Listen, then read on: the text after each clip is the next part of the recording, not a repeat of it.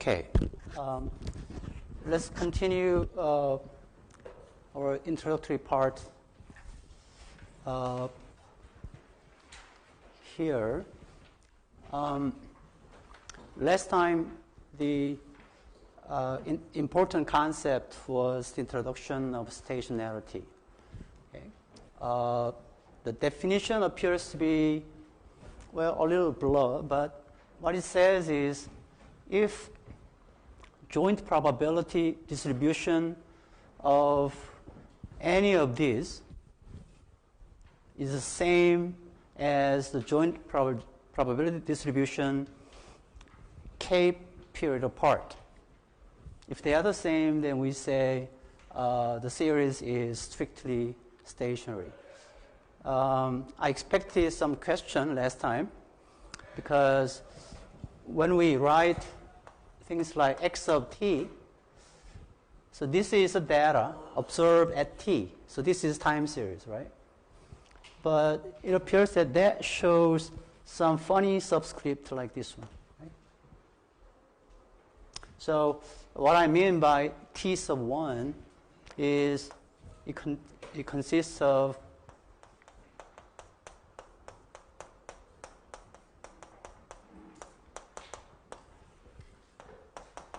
just single observations. Okay. When I say t of 2, then I'm looking at pair. X, let's say t minus 1, x of t, or xt plus 1. It's one period apart, right? So set of these.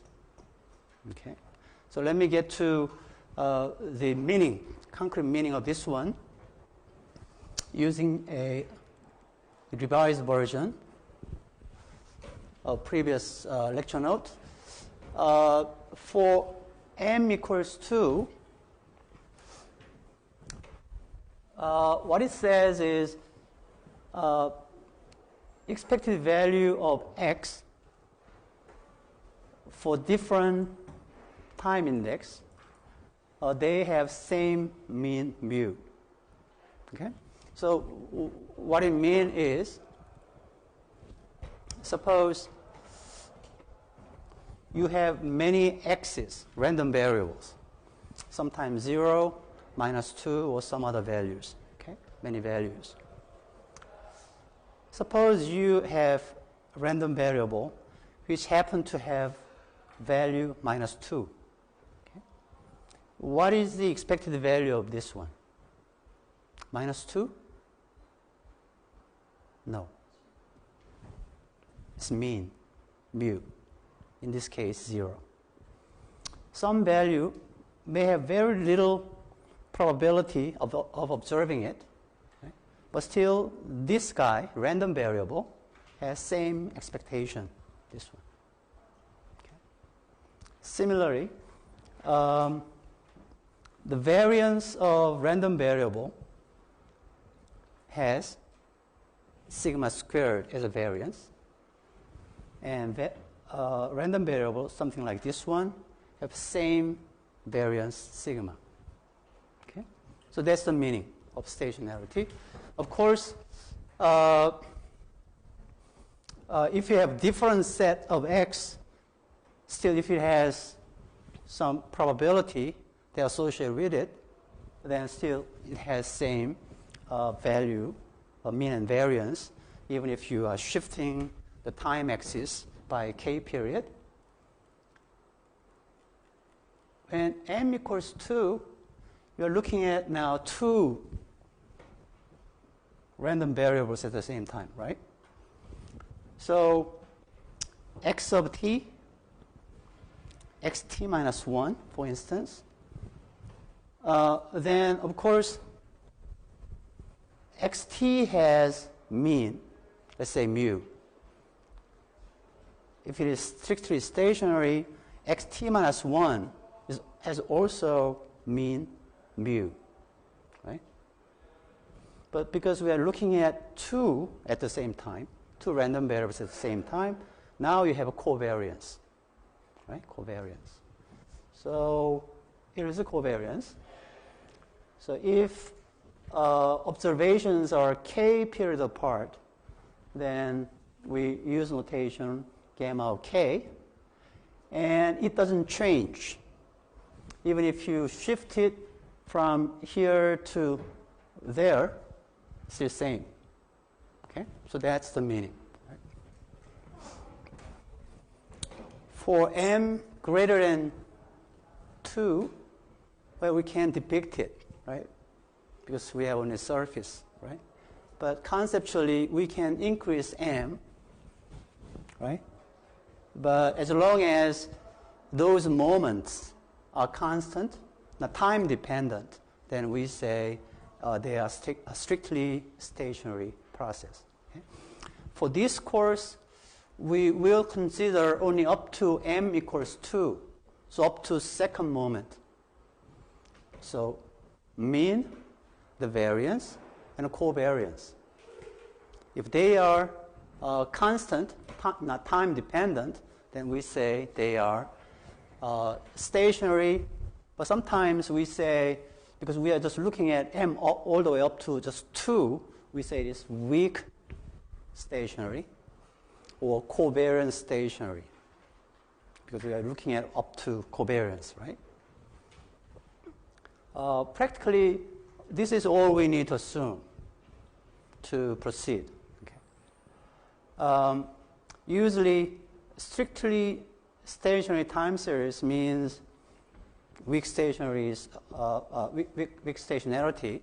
but the converse doesn't hold because of something like this one. Cauchy distribution. This is one of the well-known distribution in statistics. They are strictly stationary. Distribution is defined here, and k period apart, but still has the same shape. But the moment of distribution doesn't exist. Can't calculate moment. So in this case, it's exceptional. So not always true. The converse is not always true. But here on, we are not going to worry about strictly or weakly, because everything is up to this one, right?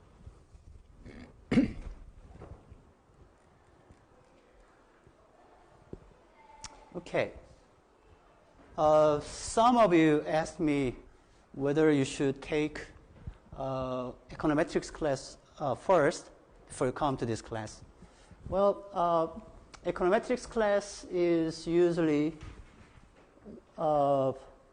handling this type of regression, dependent variable and explanatory variable, and try to find a parameter beta, and essentially, mostly they are linear.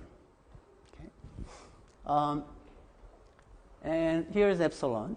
But if you think of x, well, econometrics class, you can apply least square method, for instance, to estimate beta given data. Okay. And sometimes you can make many different assumptions about epsilon t, which is random noise.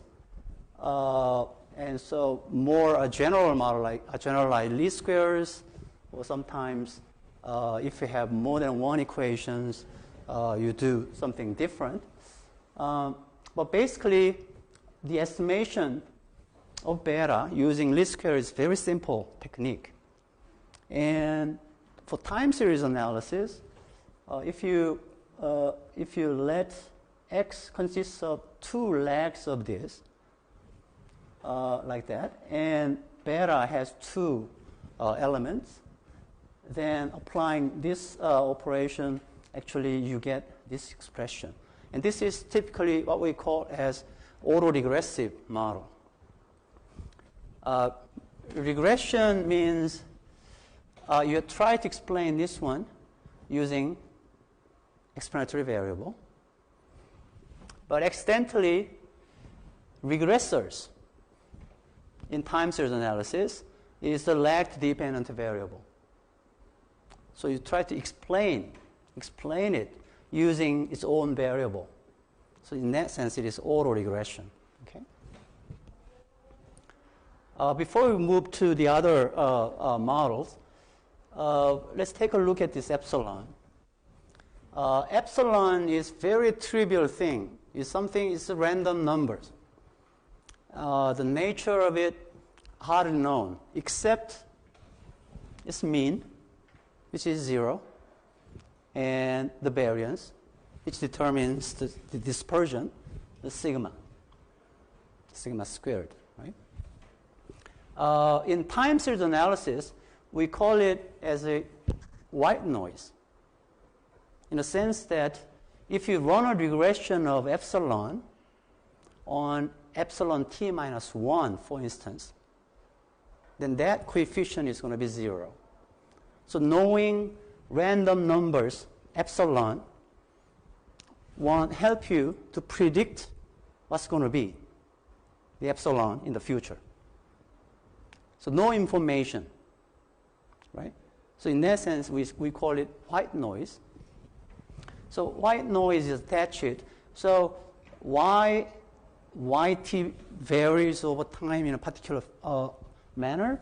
Well, because of some systematic part that is related to two lagged values and some unknown random realization. Okay. You may call it as a news to the market if it is stock return. Okay. Or in economics, we call it surprises or whatever. By definition, surprise is not predictable, right? By definition. So uncertainty, news, those are all summarized in this very trivial quantity known as white noise. Later, we'll see that actually the yt we're observing is made out of this one, sequence of epsilon t. And we'll see that shortly. If you extend it to, let's say, vector of time series instead of a single time series, then we call it vector, let's say, autoregression. Okay? So this type of model, we say vector autoregression, so VAR, those are the one we'll be covering later. And when we say volatility model,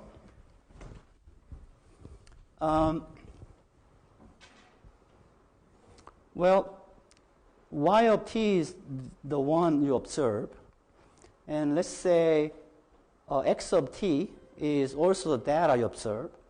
Alpha of t, well, usually there could be parameter, and parameter could also time vary. So you could have subscript t. In a simple case, we don't have any time subscript t here, but it could have t. Okay? We can call it beta or alpha, depending upon your preference. So this is interpreted as parameter. And then this epsilon, previously it is white noise, like that. But sometimes we can model this one having, let's say, conditionally, conditional on some information known as t. It could have particular distribution like normal distribution. And then the feature here is that usually this one is constant in a simple model, but that could time vary, right? Vary over time. For instance, like this one. This is the model known as a gauge class model, and we'll get to this one later. But just let's take a look at those to see what are the targets of those different models. A volatility model, we are interested in the sigma. Okay. State space model. Well, if you have a data y, observed data x, and if alpha is constant, then we can apply least square method. And as I said, estimating this parameter is very easy. Okay? But what if this time varies? Well, because time t, the subscript t run from, let's say, 1 through cap t. So cap t number of parameters. So if you attended an econometrics course, you can't estimate, let's say, cap t parameters using cap t number of observations. Technically, we say you're running out of degree of freedom. Degree of freedom. Okay? Degree of freedom, probably you understand that, well, if you're running a regression of y on x, if you have 2 observations, of course you can draw a line, right? This is simple regression, intercept and slope, right? But it doesn't provide you much information because let's say rest of the data located in this way. Accidentally you pick these 2 observations. In that case, truth is this, right?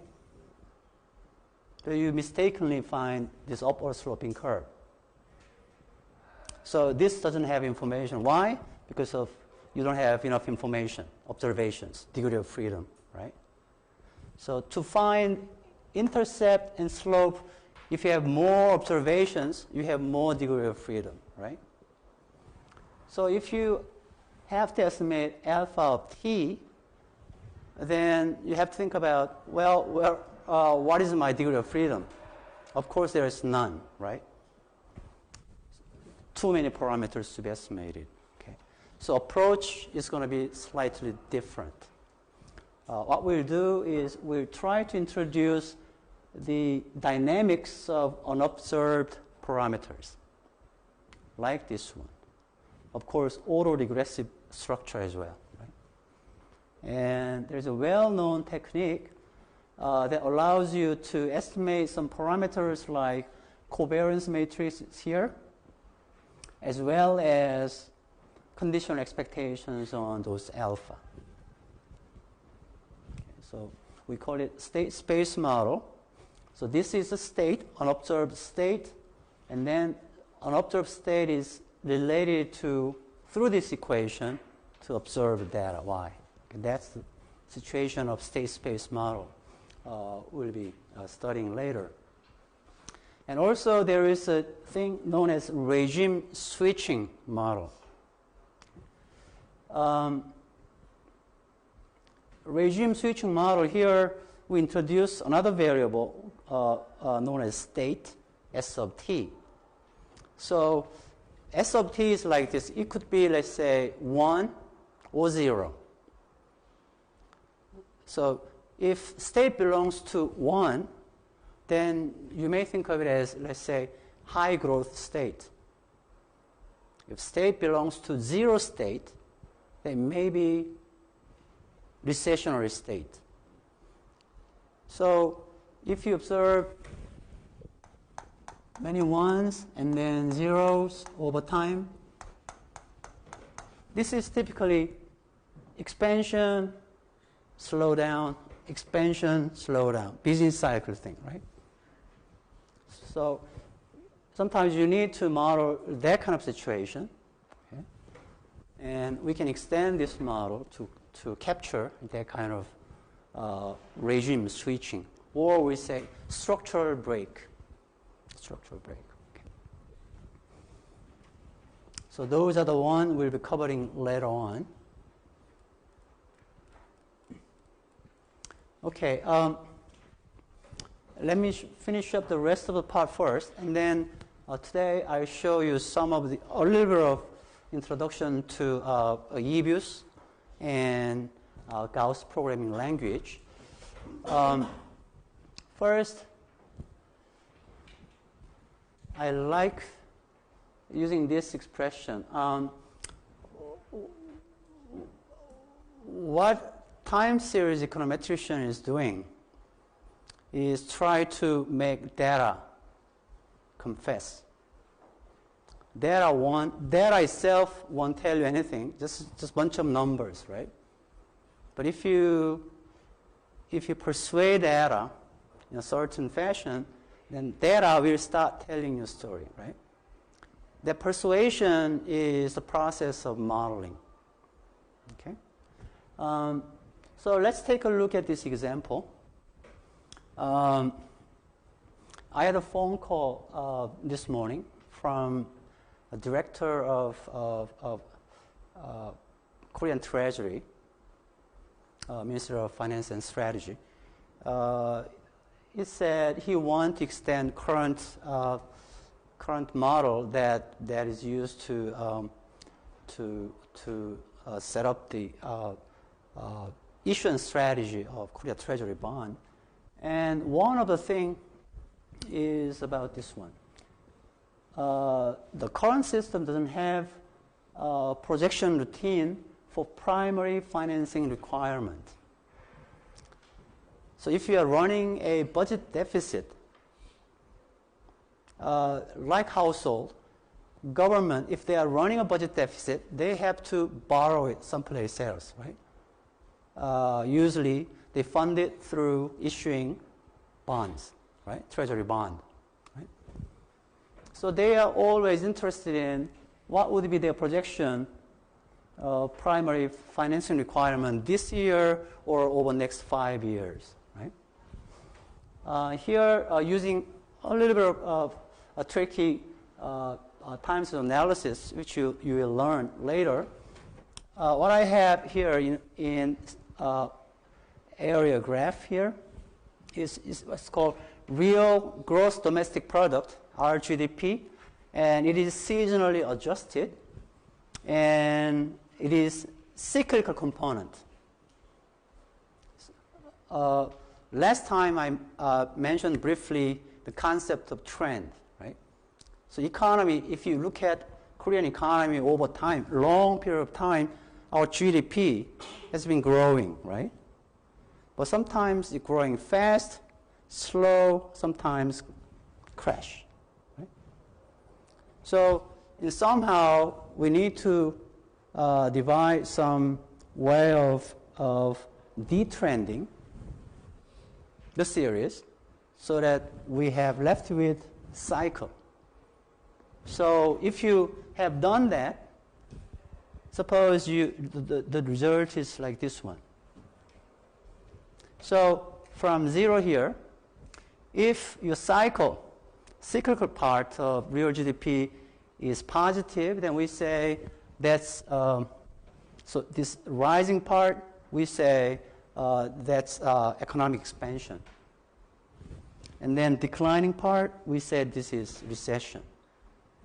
So typically here, economy has been growing very fast over 2006 and 7, and some part 2008, right? And then we know what happened, right? Global financial crisis. So we have recession, and of course we call it a crisis, but big decline, right? And then recovers, but recovery was not that strong, right? And then move, right? So this is a cycle. Okay? Because of this sluggish economic condition, the government had to lower policy rate from like 5%, almost 5% to 2.5% something, right? To boost the economy. Well, superimposed here in line graph this is a financing requirement. So this part is related to budget deficit. So this is the scale. Suppose you are asked, what is going to happen to our financing requirement over the next 5 years?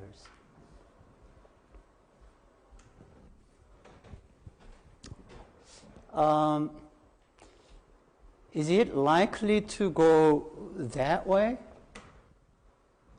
or there's a big dip here, but it surge, and somehow going like that. If your forecast is toward that direction, and that means requirement is decreasing, so no need to issue treasury bond, right? But if this is the case, then you have to issue more bonds. But government can't just simply issue government bonds. They have to go to the Congress and get the approval, right? Many pros and cons, right? It takes time. So consequence of your projection to that direction or this direction or that direction, well, it is very, very big and serious one, right? But by just looking at this data won't tell you much. So let me get back to that more of the detail later. But as I mentioned here, it is natural that during economic expansion, there's not much demand for additional funding, right? If economy is bad, and more requirement, right? So this is the feature we can see by looking at history.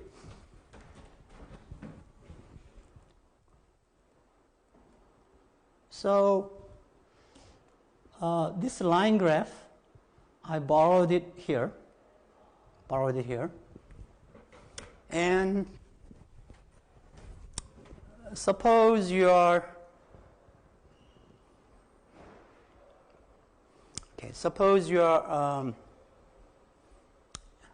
here. So this is your data, the single time series y of t. Let's call it y of t. Okay.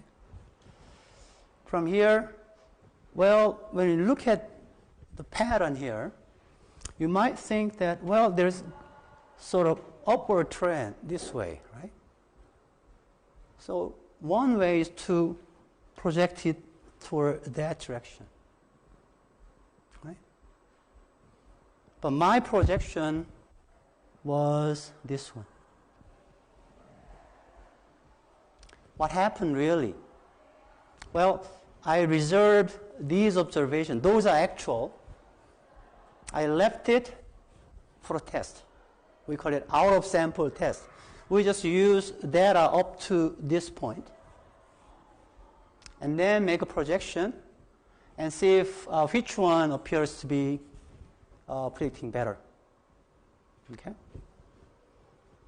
So of course, there's a big difference, actual and real, right? But if you look at this way, well, is it more likely to go that way? Well, I think it's not.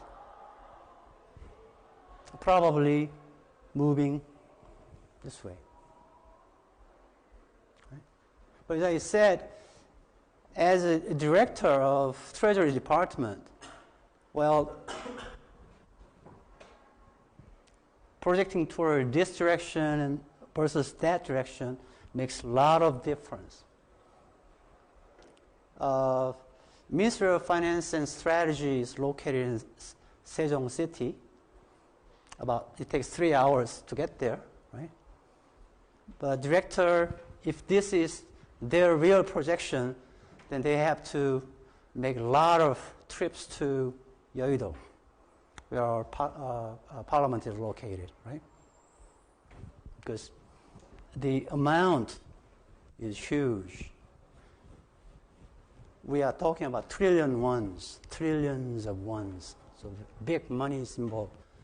So when I actually generate this forecast,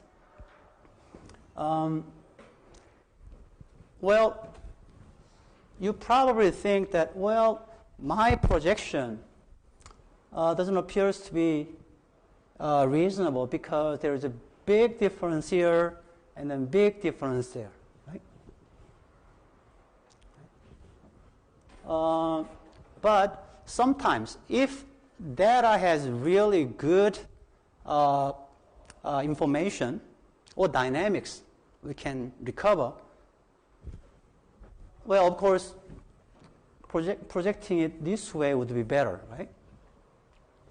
Tracking more closely the actual, right? But if your data doesn't really have much information to exploit in the first place, then all I'm doing is I'm projecting it on average, the minimal information, or actually maximum information it has, and the rest of them, well, is covered by this confidence band. You know, if series moves up and down like that, but if your projection is very flat like that, not much variation, that's the case where, for instance, if this sequence is f of t, ft, financing requirement, if this portion, the portion of the variation in yt explained by this part is small, then rest of them is coming from this one, right? Surprises, right?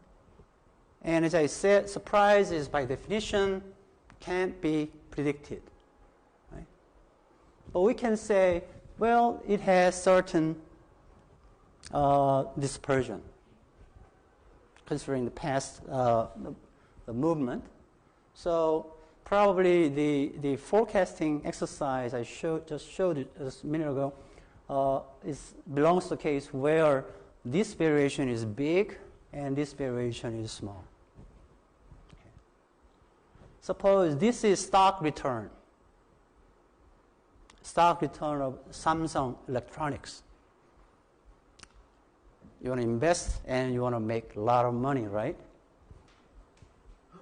So all you need to know is stock return of Samsung Electronics tomorrow.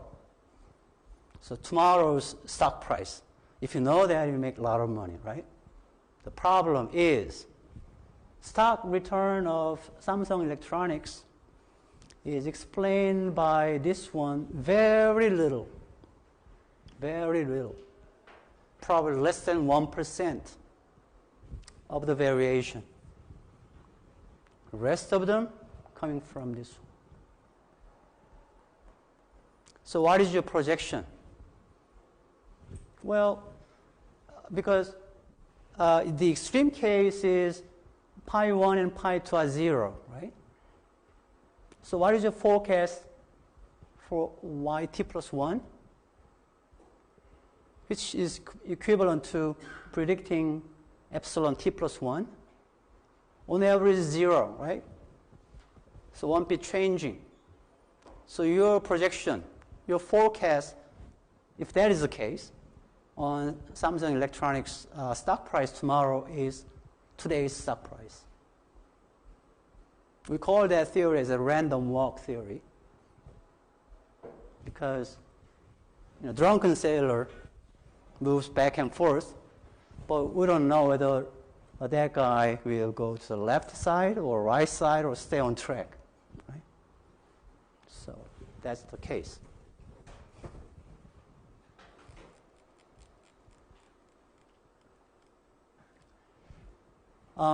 But if you are given just this sequence, it's very difficult to say whether, in fact, there is a trend that way or some sort of mean value so that it's not diverting it, instead it reverts, right? Because you don't have enough data, so you can't simply decide, well, what should be, right? So strategy here is sometimes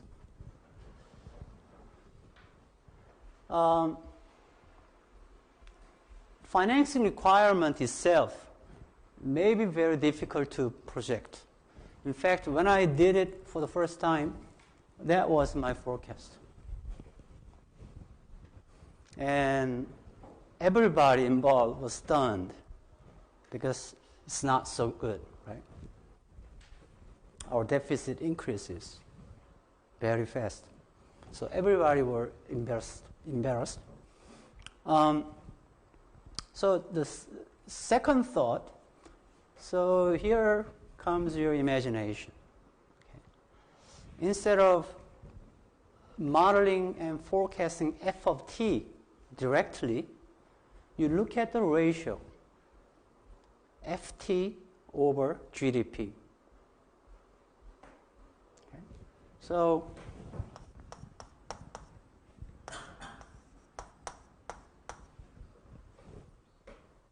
ft appears to be going this way, right? GDP usually go this way. So projection, if you look at individual series, it may go this way, it may go this way. Okay. But if you take the ratio, usually the ratio variable tends to be kind of flat. In a sense that it reverts to a certain mean. So if I form this ratio and take the projection, and somehow if I can forecast GDP into the future, then I can recover this one. Right? So that's another way of doing it. Right?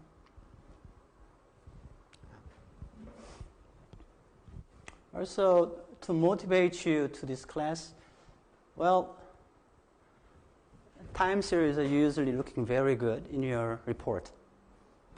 Here, I'm showing what we call fan chart. So you build a model and try to generate future path using the model, let's say 1,000 times. Okay. And each point in time in the future, you have 1,000 projections, right? 1,000. So you can take a look at 95% band, or 5% band, or 80% band, or 20% band, right? So these are those bands. Of course, this is a median, the middle one.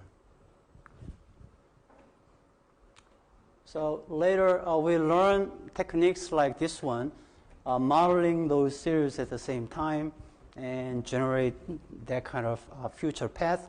So if your interest is just generating forecast on average, then you just look at those numbers. And if you want to write a, let's say, pessimistic scenario, where interest rate is higher than expected, then this might be your pessimistic path, optimistic path.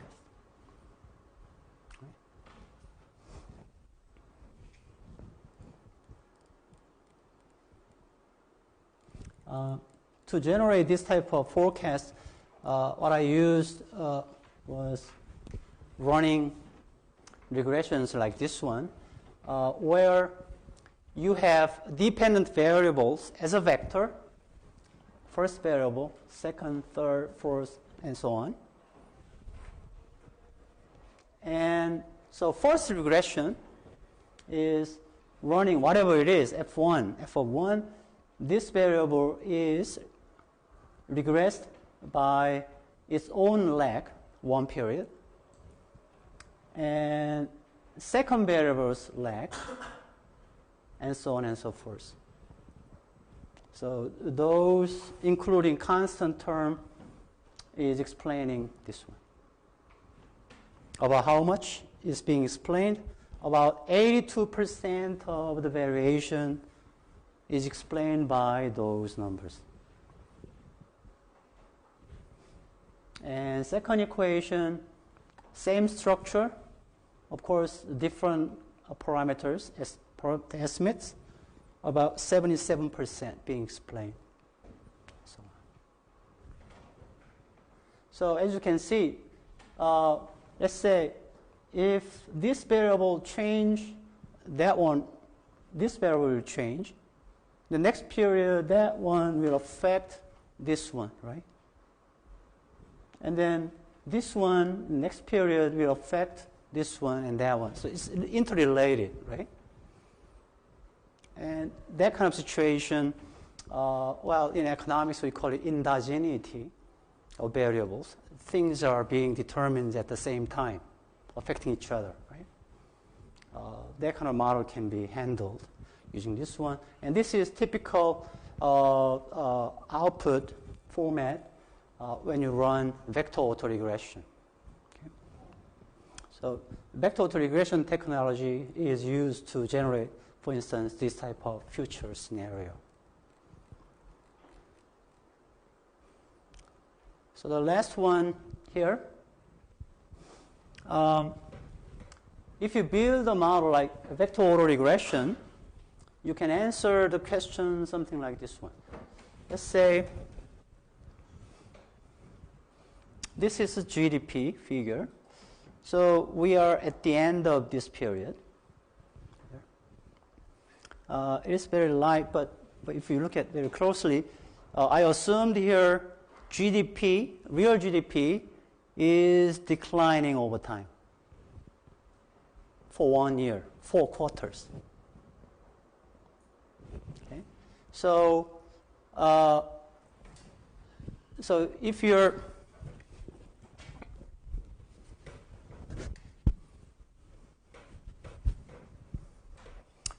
have a model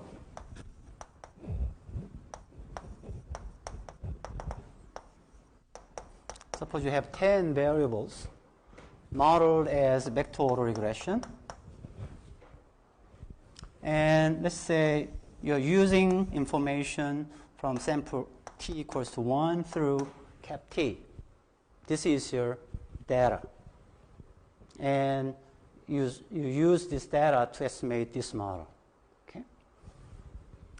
And then the first variable, using this model, the future path could be generated like that, using this structure. The second variable as well, right? But the question is, suppose what happens, this one declines over 1 year, first quarter, second quarter, third quarter, and fourth quarter, and then no more path. Okay. Then of course there is a model. So this one, this effect could affect the structure, right? Of course structure is given, but the value of future path could be different from, let's say, previously. Without this change, it could go this way, but incorporating this factor, the path could be different, right? So this is a simulation exercise. Okay. So to handle this kind of situation, of course, a time series method is very powerful. So what I had here is, if GDP declines over 1 year period, of course, CPI, nominal GDP, and policy rate will be affected in a particular way. And when I actually simulated term structure is more likely tilt like that.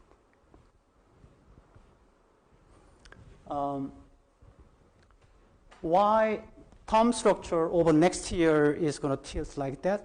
Well, as an economist or financial economist, you can make a logic, right?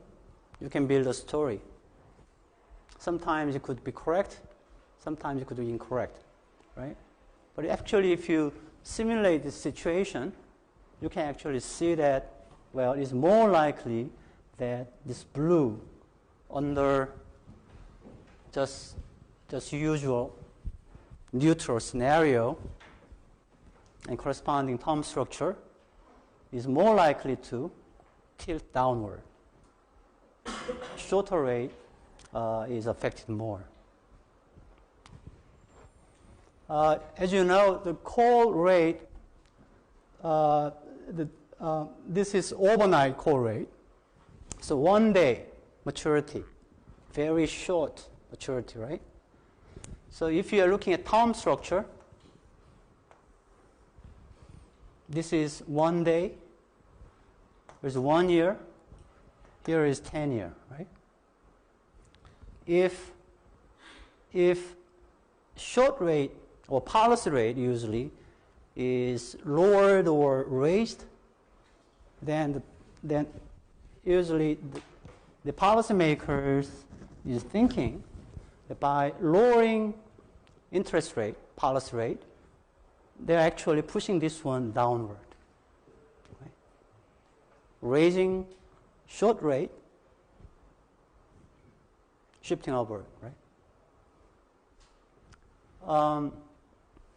When it rises, it could parallelly shift or it could tilt, right?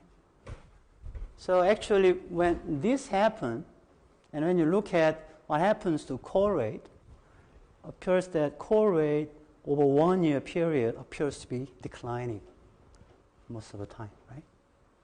So that is reflected here. Short rate is lowered more because later it returns to whatever it is, some normal level, right? So over longer period, the effect is smaller, but the short end, the effect is greater. So it appears to be consistent with our conjecture, right? So when we are all done, we can easily handle those things from using time series technique. Okay, let me pause here and see if you have any question. This is just all introductory part. So as far as class is concerned, remembering the concept of stationarity, weak stationarity is the most important one. Okay.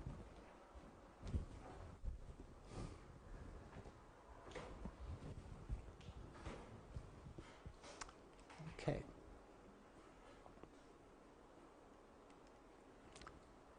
Then let's take a look at Eviews case.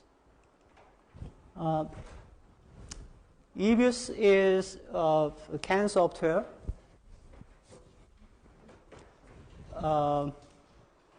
It's not cheap, not so expensive, but well, compared to other time series software, it's reasonably affordable. The first thing we do, well, actually, when you run Eviews, nothing happens as expected, right? Here, actually, you can type your command here interactively. Okay. But before you do that, the first step is usually to create something called walk file. So the walk file means we're trying to secure the memory so that we can write or change those data or variable or series there. One way is to start with new command and walk file. I'll show you several things. So let's say frequency integer date. So we don't have monthly, quarterly, annual data. Let's say just observations are recorded 1, 2, 3 in that order. Okay, integer order. So let's say we want to have 10,000 observation. So this one is called walk file, as no name yet. So you can save it as, you can give it a name. Okay. Then it will have file extension WF1, walk file 1. That's Eviews walk file. C is reserved one, usually constant term in a simple regression. So this is created. And also when you run a regression y on x, there is an epsilon, the fitted residual. Okay, that is usually stored in this series. So this is also reserved. Okay. Let's take a look at the simplest command. Series et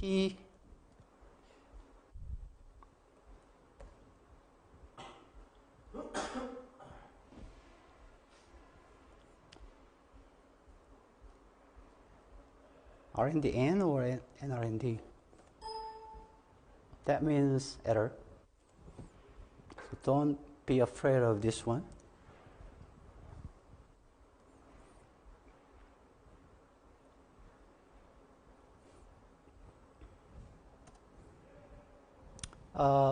This RND, let's take a look at what it is.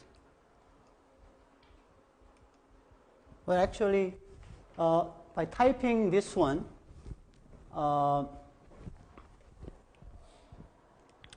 I did is to create this one.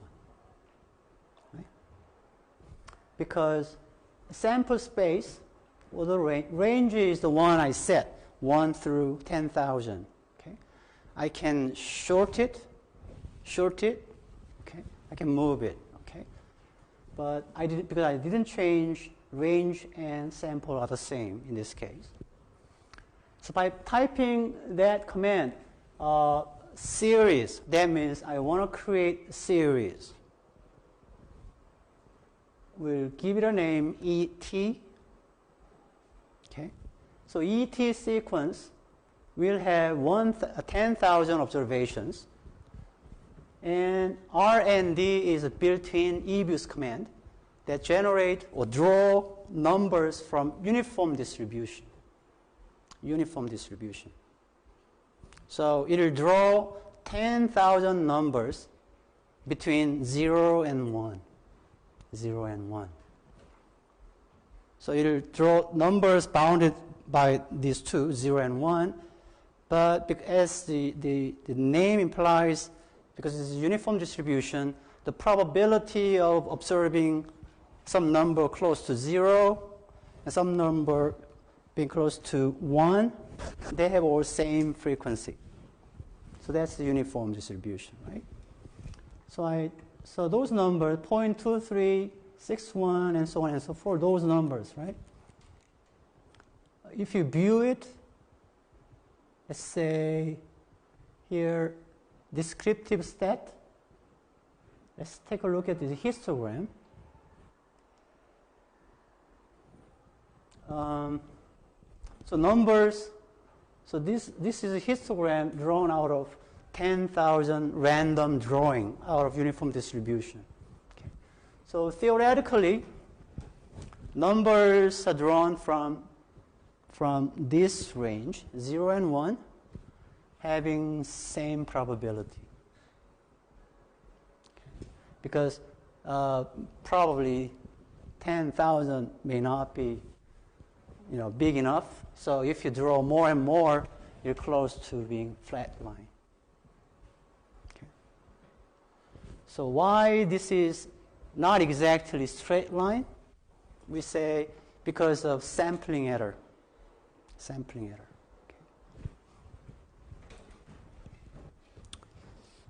Okay. So if you let this one, well, what is the mean of this variable? It says mean is very close to being 0.5, of course, right? 0.5. Standard deviation is about 0.28. But when you look at this number, these numbers, drawing this one and this one has no relation. It's a random drawing. Okay. This one is smaller, right, than this one. Is that because this one is bigger? No. This is purely random. So it could be number greater than this one or smaller than this one or the same with very little probability and so on, right? So it's all random.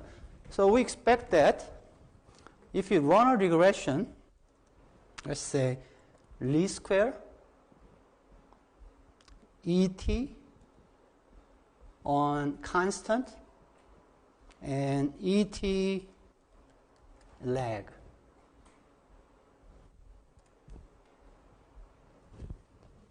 This is simple regression. What I did was I run a regression of epsilon t on constant and its lag. And as we expected, this number is very small. And if you are familiar with statistics, the t value is small. Usually reference number is like 2 greater than 2, greater than equal to, or less than equal to minus 2. And p-value is big, so that means this is numerically non-zero, but statistically this is 0. Okay? So statistically 0. Then what it says is ET is simply this number plus error. Right? ET is simply, because this is 0, this number 0.49 and 0. Right?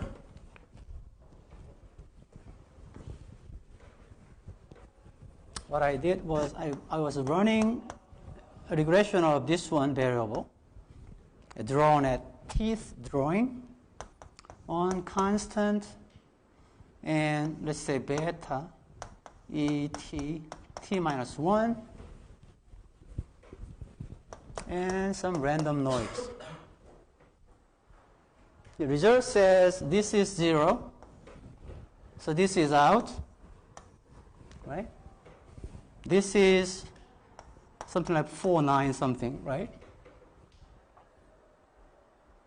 So if you happen to know, well, usually we assume that epsilon or E of t, as I said before, is known only known this value and that value, right?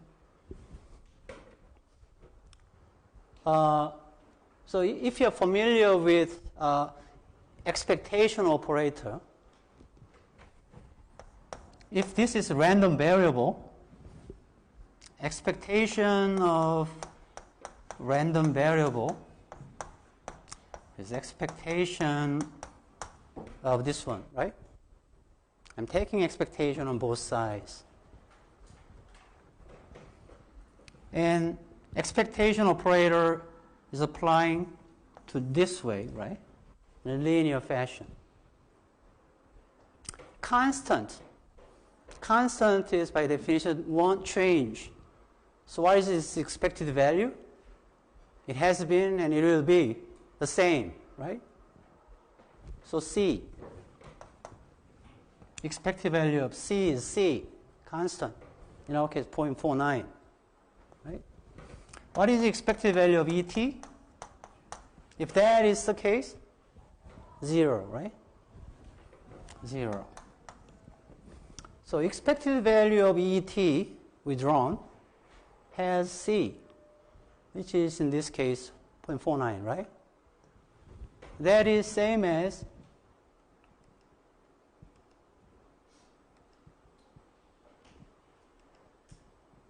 this number. I mean 0.49. Expectation is average, right?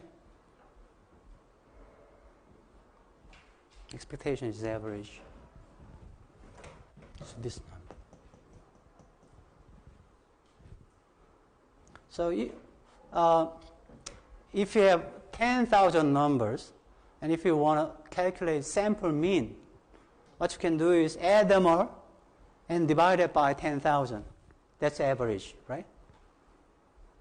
Another way of obtaining that is to run a regression of this one on constant only, because this is the case, right? The same thing. Same thing. Okay.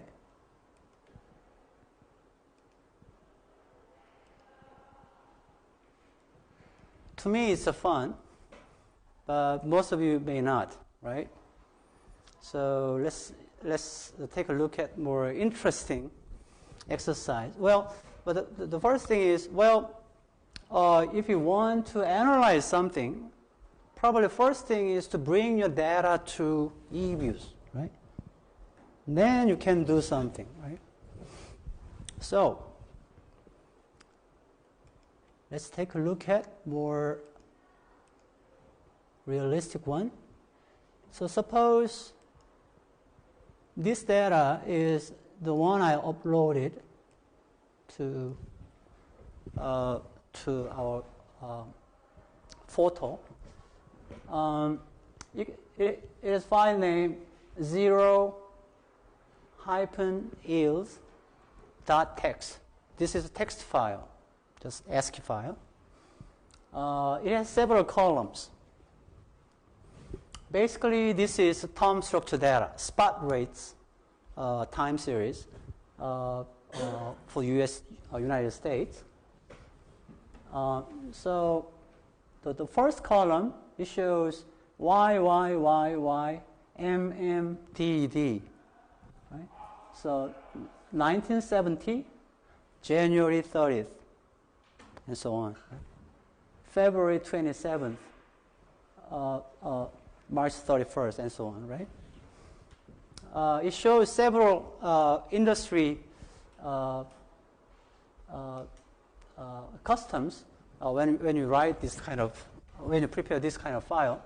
Actually, the first column is 1 month spot rate sequence. 1 month. And frequency is monthly. But bonds are traded every working day. So in January of 1970, there are about 22 working days, trading days, right? So when you say, what is the representative spot curve for the January of 1970? Well, actually, we can build daily spot curve, but just pick last day of the month figure. Last day of the month. So also, stocks are traded continuously, right? What is the stock price this month? KOSPI. What is the stock price this month? There are many ways of reporting it. But the custom is usually using closing. Month and closing. So last day of the month, the closing price. That's representing that particular month stock price. You will learn that why that is the case. Well, go back to random walk theory, and later you will learn that the stock price, if they follow random walk, the current stock price will contain all the information available up to that point. So if you are picking up, let's say, stock price at the beginning of month, okay, and still there are informations flowing into the market, right? So this number and that number will be different. Which one has more information? Closing, this one. Okay. So if you are asked to construct yield curve using monthly frequency, pick last day of the month, trading day of the month, right? So the first one is time index, and then second one is 1 month, 3 months, 6 months, and so on and so forth. But you don't have any headers, right? Caption. You don't have anyone. So it's very confusing, right? So usually the way I do it is to save it somewhere. So it appears that there are 372 months long data, which ends December of 2000, with as many sequence.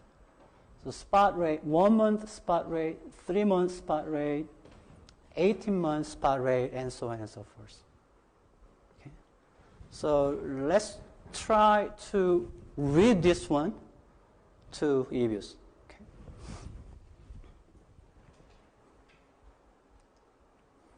So as we did before, we create new walk file. Walk file. This time we know this is monthly data, right? So monthly. And start date, this is monthly. Well, the way Eviews understand is to use this format. There are many formats like the one 1971. You understand this one as January of 1970. Or I think it should work as well. M01, monthly. Okay. So how do you know that?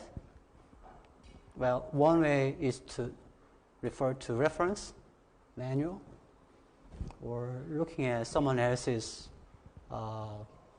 program and make a good guess, or just believe in it. Okay. So when we meet, every time we say hello, hi. So that's our rule, our language. Okay. So that's the way we communicate. So let's see if it works. 2000 M12. So if this works, then if you later choose frequency quarterly, then 1970 Q01 or Q1, Q4, right? So make, a few mistakes and you will learn, right? And you can give directly the name of work file. So let's say US spot, any name, right? And it says page, and it will determine the name of tab sheet. So let's say this is monthly. So let's see what happens.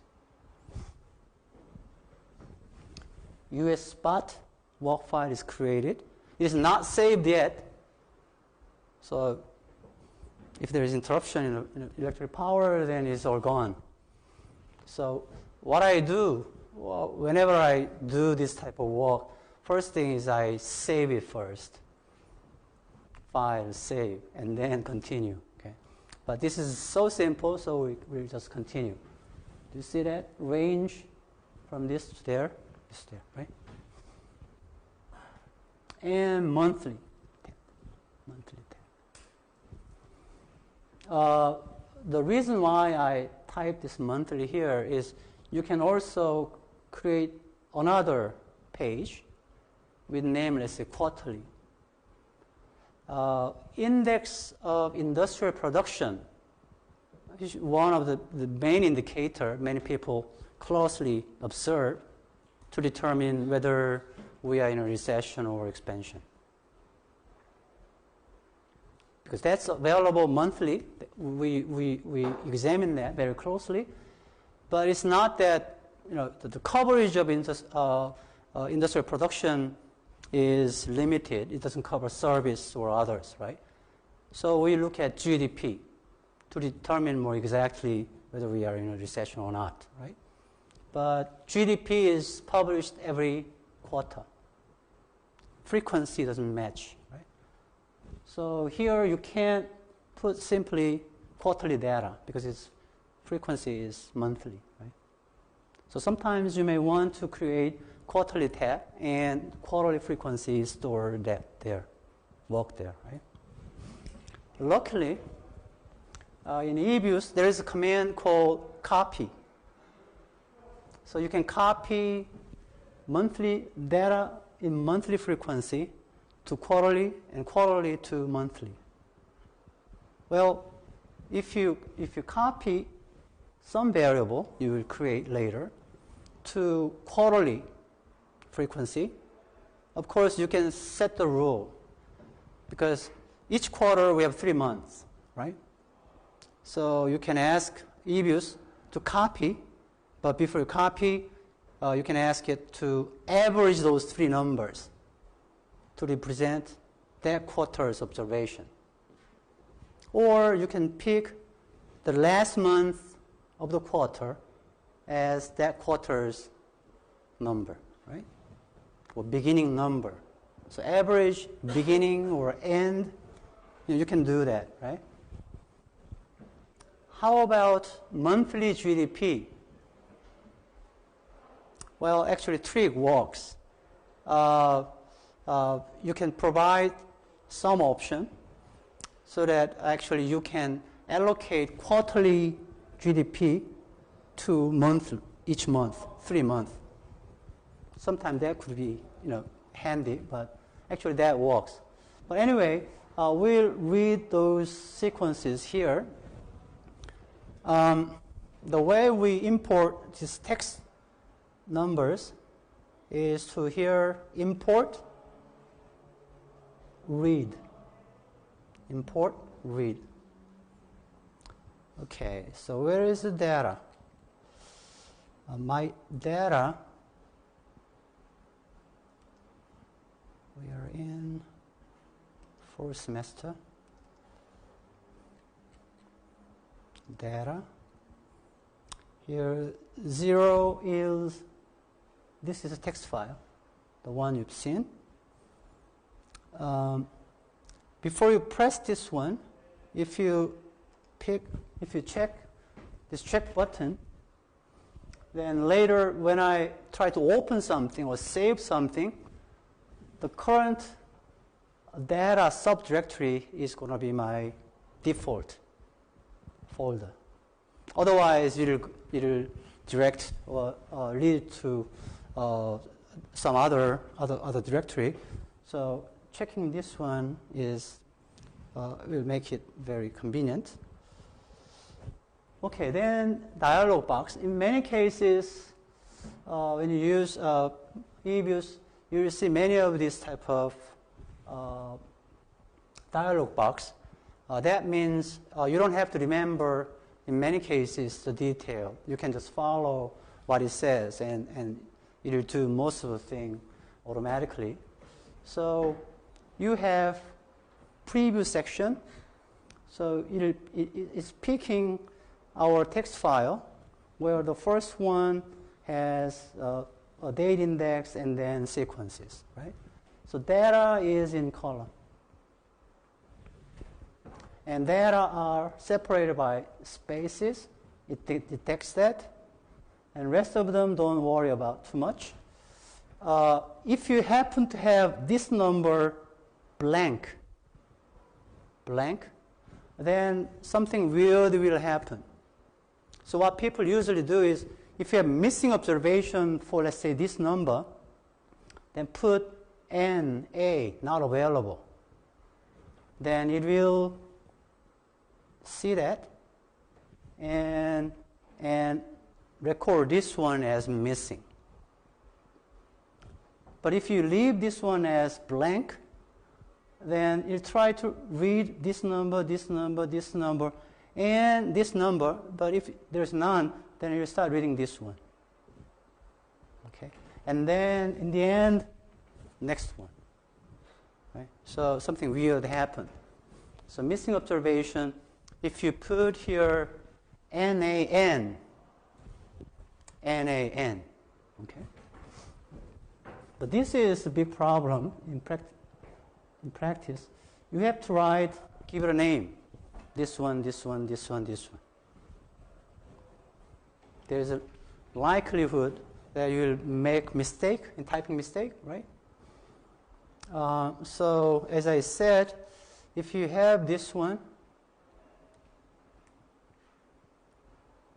actually these are variable names I chose. You can list it, type it. Okay. You can keep typing these names. And then it says, this one is important. If first row contains this information, first row, then usually it will indicate this number as 1. That means if this name for series is occupying first row, then you have to read the data from the second one, right? So if there is one line occupied by this name for series, then this number has to be 1. Right? But because you can read it right away from here, it says 0. And then press OK. And let's see, we have all the data correct.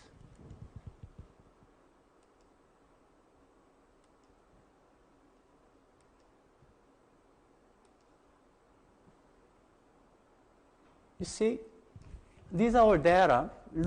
Appears to be correct, but you never know whether there is a mistake, right? So my recommendation is whenever you read something, and if the size of the data is reasonable, then try to draw a line graph or whatever. So visualize it, okay? So keep pressing those buttons. So this is the data we loaded, we read from text file. This many series over time. And if there is a peculiar observation or outliers, then some number going this way, suddenly some number like this one, right?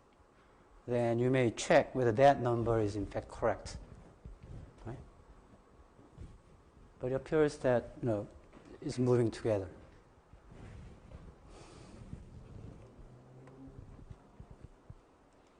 Okay, so when you read this data correct, then just for fun, least square S1, constant S1, one leg, regression.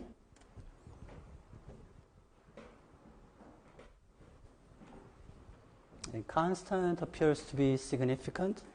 The absolute value of t is, if that is greater than 1, usually that's statistically non-zero. And this one, non-zero. Of course, this is nonsense regression, but because you have read the data, so you can do this type of analysis. Okay.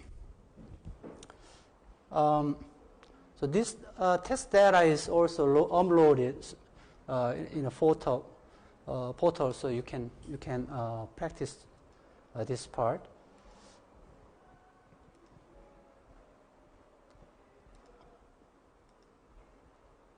Before I let you go,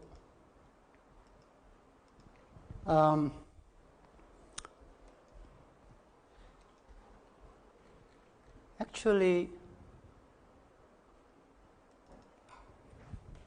this folder is also uploaded in a portal where you have data, and this is Eviews program.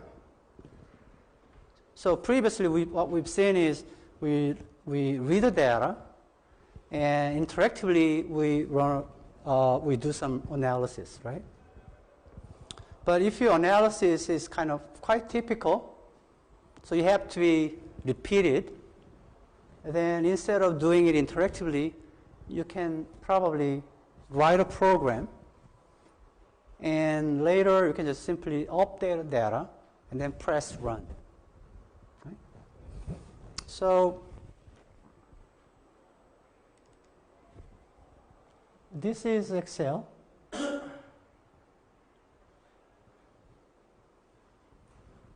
Previously, data was stored in text file, but this time it is stored in where? Excel file, right? These are name of variables, right? And data start from where? A to cell, right? As many variables, right? That looks more like this one, okay? And up to some period. And also it is stored in sheet 1. Sheet 1. This exercise is, these are some of the things known as financial ratio. Financial ratios of Korean banking industry. Some figures like this one, I think this one is tier 1 capital ratio. So the greater the better. The greater, the less riskier. Some of the variable like delinquency rate, smaller the better. Delinquency ratio. Okay? So there are many financial ratios that shows strengths of financial industry or particular bank as those figures gets bigger or sometimes smaller. Right? So by just looking at those figures at the same time in this fashion, we don't know what's going on. Right? So we use some, tricks. This is called crisis index model, where you have data that looks like this one in Excel and summarize it using this type of logic and create this kind of index. So when it rises, we see that risk is building and getting better, and the risk is building. So as we all know, there is a credit card crisis, 2003 in Korea, and 2008 and onward, global financial crisis. So after the credit card crisis during 2003, there has been a lot of new regulations in the industry, so things gets better, and then external factor again, banks gets riskier. So how to calculate this one? Well, if actually these numbers are calculated out of those constituent series, as month or quarter increases, then this number has to be calculated again, right? Then that kind of repetition, you better write your program, right? So I upload this one, so just we have a chance to get back to this type of calculation, but I just uploaded it for your reference. And this is the Eviews program that look more like this one. Just text file. It looks very lengthy, but because this is your first time looking at this program, but as you look more and more and probably feel more comfortable. But let me show you just one line and then see what happens when I actually run this one. This program is reading type Excel file. Data start from A2 cell, tab sheet number sheet 1, and data file is something in this Excel file, and those variables. You read this one by writing this command, or this is same as file, read, import, Excel file, and so on. You can press those buttons, or you can write it. Okay. So you do all the rest of them. So after writing this one, let's bring this one. Open.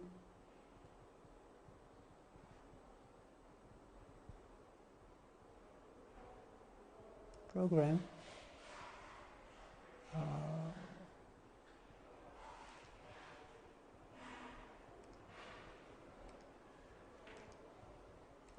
So actually you can type your command here like that. But let me go to, open.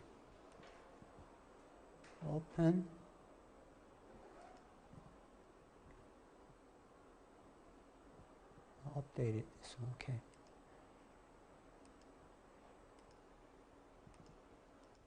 And actually you can run this one. So it took less than a second to create this kind of index. Okay.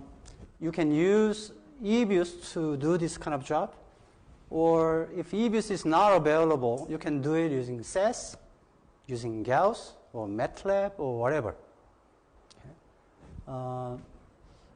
So it is difficult to avoid playing with a computer program, but a computer program is something that will help you, not to bother you. So believe me, and try to open your mind to those foreign languages. It's something that you like, I think. Okay, that's about it. What we'll do next time, this is the one, lecture note 2. It has about 24 pages, and you'll pretty much cover